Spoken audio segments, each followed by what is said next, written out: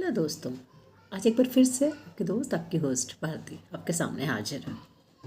आज का हमारा एक छोटा सा टॉपिक है कि हर क्वेश्चन का आंसर ज़रूरी नहीं होता। कुछ सवालों को सवाल ही रहने देना चाहिए। वो क्यों? क्योंकि कुछ सवाल ऐसे होते हैं जो अपने साथ बहुत सारा सैलाब लेके आते हैं। हमें कुछ चीज़ों को एज इट इज़ छोड़ देना चाहिए। आज इस बात को समझते हैं एक छोटी सी स्टोरी के साथ। बहुत पुराने टाइम की बात है। एक राजा साहब थे, बहुत धर्मात्मा थे, लोगों का बहुत काम करते थे, बहुत अच्छी उनकी प्रजा थी, वो अपनी प्रजा को बहुत खुश रखते थे। Everybody was very happy. उन राजा साहब की 3 बीवियाँ थीं और वो अपनी तीनों बीवियों को बराबर से प्यार करते थे। अब हुआ क्या है, एक दिन चांदनी रात थी। राजा साहब और उनकी तीनों बीवियाँ छत पे सो रहे थे। चांदनी जैसे ही पड़ रही थी तो उन्हें पहले अपनी रानी को देखा and he was very happy कि मेरी पहली रानी बहुत खूबसूरत है। फिर उन्होंने दूसरी रानी को देखा, बोले कि ये तो पहली वाली रानी से भी ज़्यादा सुंदर है। फिर उन्होंने तीसरी को देखा तो ही वॉज मिसमराइज्ड कि अरे ये तो उन दोनों रानियों से भी ज़्यादा खूबसूरत है। Then he again come on a first second third 1 2 ऐसा वो चलता रहा। बट राजा साहब डिसाइड ही नहीं कर पाए पूरी रात कि मेरी कौन सी रानी सबसे ज़्यादा खूबसूरत है।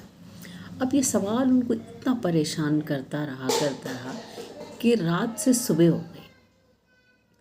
बट राजा साहब वाज इनटू दैट डिलेमा कि मेरी रानी कौन सी खूबसूरत है। अब जब सुबह उठे और अपने दरबार में गए तो वहाँ के जो मिनिस्टर्स थे, जो उनके वजीर थे, उन्होंने देखा कि आज राजा साहब बहुत थके थके से हैं। उन्होंने बोला, क्या हुआ राजा साहब, आज क्या हुआ? आपकी नींद पूरी नहीं हुई? आपको कोई प्रॉब्लम है? आप किसी बात से परेशानी है? प्लीज़ आप हमें बताएं। तो राजा साहब पहले तो कुछ बोलते नहीं बोलते, थोड़ा सोच विचार कर रहे थे। फिर उन्होंने अपने जो वज़ीर था, वो उनका काफ़ी क्लोज़ फ्रेंड था, उन्होंने उसको बताया कि मैं पूरी रात जागता रहा, मुझे एक सवाल ने बहुत परेशान किया। वजीर ने पूछा, महाराज ऐसा क्या सवाल है जिसने आपकी नींद खराब कर दी? आप प्लीज़ हमें बताएं। उन्होंने बोला कि मैं पूरी रात इस बात से कंफ्यूज रहा कि मेरी कौन सी रानी सबसे ज़्यादा खूबसूरत है। इतिहास गवाह है कि कोई भी राज्य जो बहुत अच्छा था, बहुत सक्सेसफुल था, जिसके काल में, जिस राज्य में बहुत लोगों की उन्नति हुई, वहाँ के जो वजीर थे, वहाँ के जो मिनिस्टर्स थे, वो बहुत कामिल थे, बहुत इंटेलिजेंट थे। तो उस इंटेलिजेंट मिनिस्टर ने बोला, राजा साहब इस सवाल को सवाल रहने दें, अब इस सवाल में मत उलझें। राजा बस तो एडमेंट, नहीं मुझे तो इसका सवाल का जवाब चाहिए तो चाहिए। मिनिस्टर ने काफ़ी उनको सोचने विचारने, उनको कन्विंस करने की कोशिश की कि राजा जी इस सवाल को सवाल रहने देते हैं, आपका मन बहलाने के लिए चलिए हम शिकार पे चलते हैं, चलिए हम कुछ और खेल लेते हैं, कुछ चौपड़ खेल लेते हैं, कुछ खेल लेते हैं। राजा वाज सेइंग नो, मुझे तो सवाल का जवाब चाहिए। अब मिनिस्टर ने ये बोला अपने मन में कि अगर मैंने इस सवाल का जवाब दिया तो मेरे लिए तो मरने वाली सिचुएशन हो सकती है। जो हैप्पी रहेगी रानी, जो बढ़िया होगी, वो तो खुश है, बाकी मुझे पनिश कर सकती है। तो उन्होंने एक युक्ति निकाली, उन्होंने एक प्लान बनाया। बोलते कि राजा साहब इस सवाल का जवाब तो मिल सकता है, लेकिन हमारे राज्य में जो एक लंपट व्यक्ति है, जो विमेनाइजर पर्सन है, वो इस सवाल का जवाब बहुत अच्छे से दे सकता है। तो राजा साहब ने बुलाओ, जल्दी बुलाओ उसको मेरे सामने, जल्दी बुलाओ। तो मंत्री ने बोला ठीक है मैं उसको बुलाता हूँ, लेकिन क्वेश्चन यहाँ पे ये अराइज होता है कि क्या अपनी तीनों रानियों को आप उसके सामने प्रेजेंट करेंगे? राजा साहब तो बोले मुझे तो चाहिए जवाब, चाहिए। राजा साहब बोले ना मैं खाऊंगा ना पीऊंगा, बस जब तक मुझे जवाब नहीं मिलेगा। मरता क्या ना करता, वजीर साहब ने बुला लिया उस लंपट व्यक्ति को। लंपट व्यक्ति आया और रानियों को इंस्ट्रक्शन हुई कि वो डिफरेंट कलर की ड्रेसेस में वहाँ पे आए। लंपट व्यक्ति के सामने वो रानी, किसी ने ग्रीन कलर का ड्रेस पहना, किसी ने ब्लू कलर का, किसी ने येलो कलर का। तो 2 मिनट उसके सामने आई और वापस चली गई। तीनों रानी अपने आप में इतला रही कि मैं खूबसूरत हूँ, मैं खूबसूरत हूँ। अब क्या हुआ कि वो जो लंपट व्यक्ति था वो बोल रहा कि मैं इस क्वेश्चन का आंसर कल दूंगा। मंत्री वॉज वेरी इंटेलिजेंट, उसको लगा कि ये तो 9-11 होने लगा है, क्योंकि ये इसी कन्फ्यूजन में है जिसमें मैं था, इसी दुविधा में है।